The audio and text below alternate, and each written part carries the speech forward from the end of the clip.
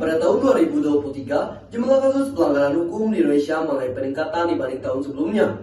Menurut data dari Kepolisian Republik Indonesia, tercatat sekitar 2.088.470 kasus tindak kejahatan pada bulan Januari sampai April 2023. Pada tahun yang sama, Indonesia mencatat sejumlah kasus pelanggaran hak asasi manusia. Komisi Nasional Hak Asasi Manusia menerima sebanyak 5.301 berkas pengaduan terkait dugaan pelanggaran HAM, dengan 2.753 diantaranya merupakan kasus pelanggaran yang signifikan.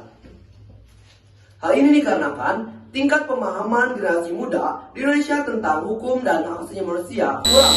Sebuah survei dari Forum Orang Muda menyatakan bahwa meskipun ada peningkatan kesadaran, masih banyak yang belum sepenuhnya memahami isu-isu ini. Hanya sekitar 45% dari generasi muda yang memiliki pemahaman yang baik tentang hukum dan HAM. Assalamualaikum warahmatullahi wabarakatuh. Shalom, Om Swastiastu, Namo Buddhaya, salam kebajikan dan salam sejahtera bagi kita semua. Sampurasun wargi Jawa Barat. Selamat datang di video saya. Saya Khalid Marco Pangestu, berasal dari kota yang dijuluki sebagai Swiss Panjapa, yaitu kota Garut. Saat ini saya adalah pelajar dari SMA Negeri 19 Garut dan merupakan calon duta hukum dan HAM Jawa Barat 2024. Pada kesempatan kali ini, saya akan membahas tentang perspektif hukum tertulis dan tidak tertulis, serta pengertian dan fungsi hukum dan HAM dalam kehidupan kita sehari-hari. Menurut Kamus Besar Bahasa Indonesia, hukum adalah peraturan atau adat yang secara resmi mengikat dan diumumkan oleh penguasa. Sudibno Mertakusumo, pakar hukum Indonesia, menyatakan hukum adalah sekumpulan peraturan yang mengatur tata tertib masyarakat untuk mencapai ketertiban dan keadilan. Secara umum, hukum adalah aturan yang mengatur tata tertib dan perilaku masyarakat yang dapat dipaksakan oleh pemerintah untuk mencapai ketertiban dan keadilan. Fungsi hukum dapat dibagi menjadi 5, yaitu untuk mengatur tata tertib, untuk menjaga keamanan, untuk melindungi hak dan kewajiban, untuk menyelesaikan sengketa, dan untuk memberikan kepastian hukum. Contoh penerapan hukum dalam kehidupan sehari-hari yaitu Undang-Undang Lalu Lintas yang mengatur cara kita untuk berkendara di jalan raya, hukum perdata yang mengatur kontrak jual beli rumah, hukum ketenaga kerjaan yang mengatur upah minimum dan jam kerja adil, dan hukum keluarga yang mengatur perceraian dan hak asuh anak.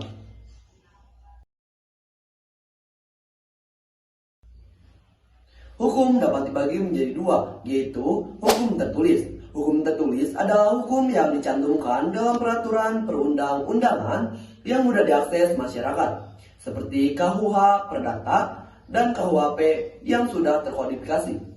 Kodifikasi adalah pengumpulan dan penyusunan bahan hukum sejenis dalam satu buku. Ada juga hukum tertulis yang belum terkodifikasi, seperti hukum ketenagakerjaan yang tetap diakui sebagai hukum resmi. Hukum tidak tertulis. Hukum tidak tertulis hidup di dalam keyakinan dan kebiasaan masyarakat, seperti hukum adat. Meskipun tidak berbentuk fisik resmi, hukum ini diakui dan dipatuhi untuk mengatur kehidupan sosial.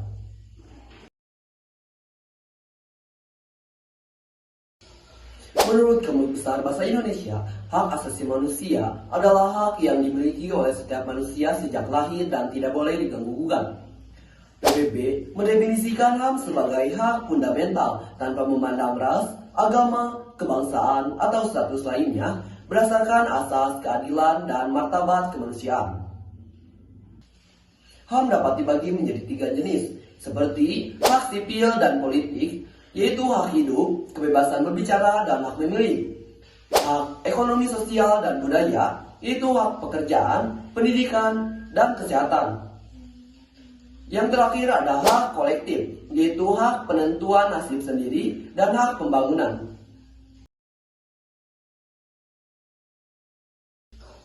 Contoh pelanggaran hak asasi manusia di Indonesia, yaitu kasus Munir.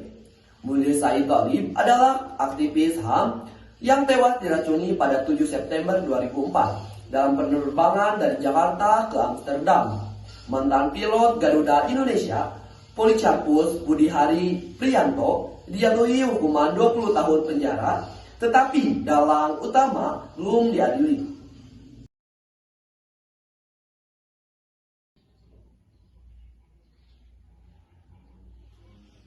Penegakan hukum yang adil dan transparan memastikan setiap individu diperlakukan sama tanpa diskriminasi. Transparansi penting untuk kepercayaan masyarakat.